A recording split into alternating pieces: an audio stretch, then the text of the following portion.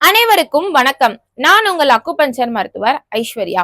இன்னைக்கு நம்ம வீடியோல நம்ம எதை பத்தி பார்க்க போறோம் அப்படின்னா, ரொம்ப நாளா ஆறாத புண்களையும், ரொம்ப நாளா ஆறாத காயங்களையும் எப்படி நம்ம எளிமையா ஆற்றலாம் அப்படின்ற விஷயங்களையும், அந்த மாதிரி புண் காயம் ஏற்பட்டுச்சுன்னா என்ன மாதிரி உணவு முறையை எடுத்துக்கொள்ளும் போது அது வேகமா ஆறுன்றதையும் இந்த வீடியோல நம்ம விரிவா பார்ப்போம். வாங்க வீடியோக்குள்ள போகலாம். பொதுவா காயம், புண் இந்த ரெண்டுக்குமே வித்தியாசம் இருக்கு. அதாவது காயம் அப்படின்றது ஏதோ ஒரு பொருள்னால அடிபட்டு வருவது காயம். புண் அப்படின்றது தானாகவே தோன்றுவது. அப்ப இந்த காயம் அப்படின்றது இதுவுமே ரெண்டு வகையா நம்ம உடல்ல ஏற்படும். அதாவது உள்காயம்னு சொல்லுவாங்க, வெளிக்காயம்னு சொல்லுவாங்க. இந்த உள்காயம் அப்படின்றது எதனால வரும் அப்படின்னு சொல்லி பாத்தீங்க அப்படின்னா, உங்களுக்கு ஒரு புண்ணு ஏதோ ஒரு விஷயம் வந்திருக்கும், இல்ல ஒரு காயம் ஏற்பட்டிருக்கும், அந்த காயம் மாறி இருக்கும். ஆனா ஆறுன பிறகும் அந்த இடத்துல ஏற்படக்கூடிய வலியை தான் நம்ம உள்காயம்னு சொல்லுவோம். அதே மாதிரி புண் அப்படின்றது நம்மளுக்கு அது எந்த ஒரு அடிபட்டிருக்காரு எதுவுமே பட்டிருக்காது, தானா நம்ம உடம்புல தோணக்கூடிய ஒரு விஷயம் தான் இந்த புண்ணுன்னு சொல்லுவோம்.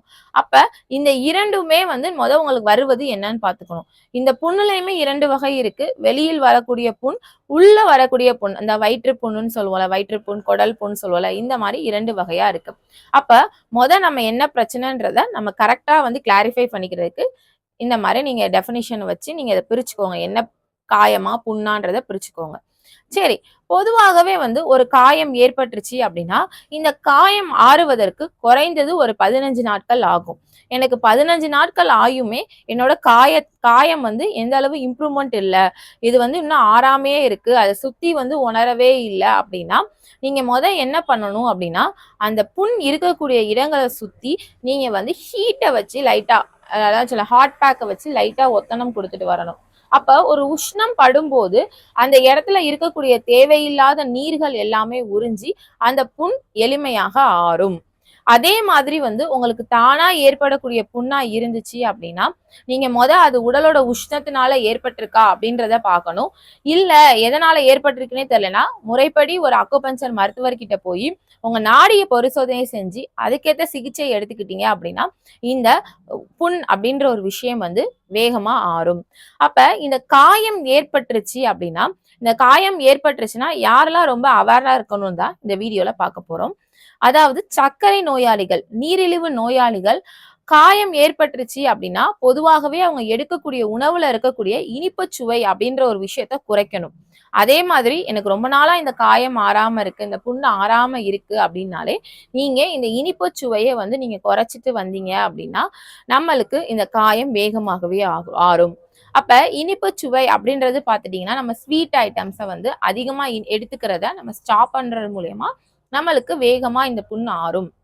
அது மட்டும் இல்லாம நான் சொன்ன மாதிரி இந்த காயத்தை சுத்தி நீங்க ஹாட் பேக்ல ஒத்தனம் கொடுக்கும் போதுமே உங்க காயம் வேகமாக ஆறும். அதை தவிர்த்து நீங்க உங்க காயத்துல என்னெல்லாம் செய்யக்கூடாது அப்படின்னா, தேவையில்லாம அந்த காயத்தை நீங்க கட் பண்ணி விடுறது, இல்ல தேவையில்லாம அழுத்தி அதை ஆழமா துடைக்கிறது, அதை நீங்க ரொம்ப என்ன சொல்ல தூண்டிக்கிட்டே இருக்கிறது, இதன் மூலியமா உங்க காயம் ரொம்ப ஆழமாக போற அளவுக்கு வாய்ப்பு இருக்கு.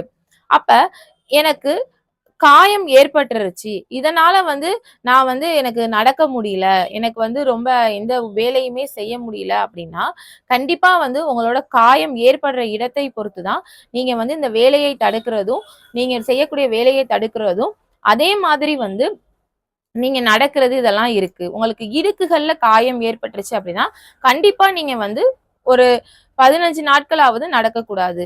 அதே மாதிரி இந்த காயம் ஏற்பட்டுருச்சு அப்படின்னா, நம்ம காயத்திற்கு உடனே நம்ம என்ன பண்ணணும், அந்த காயத்தை தொடச்சி நம்ம உடனே அதுக்கு ட்ரீட்மெண்ட் கொடுக்கணும். அதே மாதிரி இந்த காயம் ஏற்பட்டக்கூடிய இடத்துல எப்பயுமே அந்த இடத்துல ஏதோ ஒரு இன்செக்ட்ஸ் உட்காராத மாதிரி அதை நீங்க பார்த்துக்கணும். ஒரு கொசுவோ, ஒரு ஈயோ, இல்லை எறும்போ ஏதோ அந்த காயத்தை சுத்தி அரிக்காம நீங்க பாதுகாத்துக்கலாம். ஏன்னா இதன் மூலியமாவும் நிறைய மைக்ரோ ஆர்கானிசம்ஸ் நம்ம காயங்கள் மீது உட்காரும். சோ இதை நம்ம தடுக்கிறது மூலியமாவும் நம்ம காயத்தை வேகமாக ஆத்தலாம். அதாவது இனிப்பு சுவையை தடுக்கணும், எந்த ஒரு பூச்சிகளையும் நம்ம காயத்துக்கிட்ட அண்டக்கூடாது, ரொம்ப காயத்தை அழுத்தி ஆழமா துடைக்க கூடாது. சரி, அடுத்த ஒரு விஷயம் எடுத்துக்கிட்டீங்க அப்படின்னா, இந்த காயம் இருக்கிற நபர்கள் பொதுவாகவே காயம் இருக்கக்கூடிய இடங்களை பொறுத்து அதை அழுத்தாத மாதிரி உடையவோ செருப்பையோ அணியணும். ஏன்னா நீங்க இத அழுத்தம் குடுக்க குடுக்க இந்த காயம் வந்து மீண்டும் தூண்டி தூண்டி இது ரொம்ப ஆழமா ஆவதற்கு வாய்ப்பு இருக்கு. இப்ப உங்களுக்கு வந்து கொப்புளம் இந்த மாரி ஒரு விஷயம் வந்துச்சு அப்படின்னா, இது உஷ்ணத்தினால ஏற்படக்கூடிய விஷயம். ஸோ நீங்க வந்து அந்த கொப்புளங்கள் ஏற்படும்போது, நீங்க நீர் சம்மந்தப்பட்ட பொருட்களை இப்போ ஒரு ஜூஸோ, இல்ல ஒரு கஞ்சோ இந்த மாதிரி விஷயங்கள நீங்க எடுத்துக்கிட்டு வந்தீங்க அப்படின்னா, உங்க உடல் உஷ்ணத்த தணிச்சிட்டீங்கன்னா, இந்த கொப்புளங்கள் வேகமாவே ஆறும். ஸோ உங்களுக்கு காயம் ஏற்பட்டுருச்சு அப்படின்னா, நீங்க வந்து உடனடியா இந்த சொல்ற வழிமுறைகள ஃபாலோ பண்ணுங்க. அதே மாரி ஒரு எளிமையான அக்குபஞ்சர் புள்ளி இருக்கு. ஆக்சுவலா இது வந்து அக்குபஞ்சர் மருத்துவத்துல இது வந்து உறுப்பு சார்ந்த புள்ளியும் கிடையாது. இது எந்த அக்குபஞ்சர் புள்ளியும் கிடையாது. இது அக்குபஞ்சர் மருத்துவத்துல என்ன சொல்லுவோம் அப்படின்னா, அடையாள புள்ளிகள்னு சொல்லுவோம். ஒரு மருத்துவ பயனாளிக்கு ஒரு நோய் வரும்போது அந்த இடத்துல தோன்றக்கூடிய புள்ளிய தான் இந்த புள்ளின்னு சொல்லுவோம். அதாவது அடையாள புள்ளி அப்படின்னு வந்து சொல்லுவாங்க. அதாவது நோய் இருக்கும்போது அந்த புள்ளி அந்த இடத்துல இருக்கும். நோய் மறைந்த உடனே அந்த புள்ளி வந்து மறைஞ்சிரும். இது நம்ம பொதுவா இத எப்படி சின்ன வயசுல இருந்து பயன்படுத்தியிருப்போம்னா, அடிபட்டுருச்சா உடனே தேய்ச்சு விடுங்க அப்படின்னு சொல்லுவாங்க. அப்ப என்ன அர்த்தம்? அந்த புள்ளியை வந்து நம்ம ஆக்டிவேட் பண்ணுவோம். ஸோ நீங்க இந்த காயம் இருக்கக்கூடிய இடங்கள சுத்தி நீங்க வந்து ஒத்தடம் குடுக்கும்போதே, உங்களுக்கு அந்த என்ன சொல்ல ஹாட் பேக்ல ஒத்தடம் குடுக்கும்போதே, நீங்க இந்த அடையாள புள்ளிகளை ஆக்டிவேட் பண்ணுவீங்க. ஸோ உங்களுக்கு வேகமாகவே இந்த காயம் ஆறும். அதே மாதிரி வந்து நெக்ஸ்ட் வீடியோல உங்களுக்கு உடலுக்குள்ள ஏற்படக்கூடிய புண்களை ஆற்றுறதுக்கு நம்ம என்னென்ன மாதிரியான வழிமுறைகளை ஃபாலோ பண்ணலான்றத பார்க்கலாம். அதுவரை உங்களிடமிருந்து விடைபெறுகிறேன். நன்றி, வணக்கம்.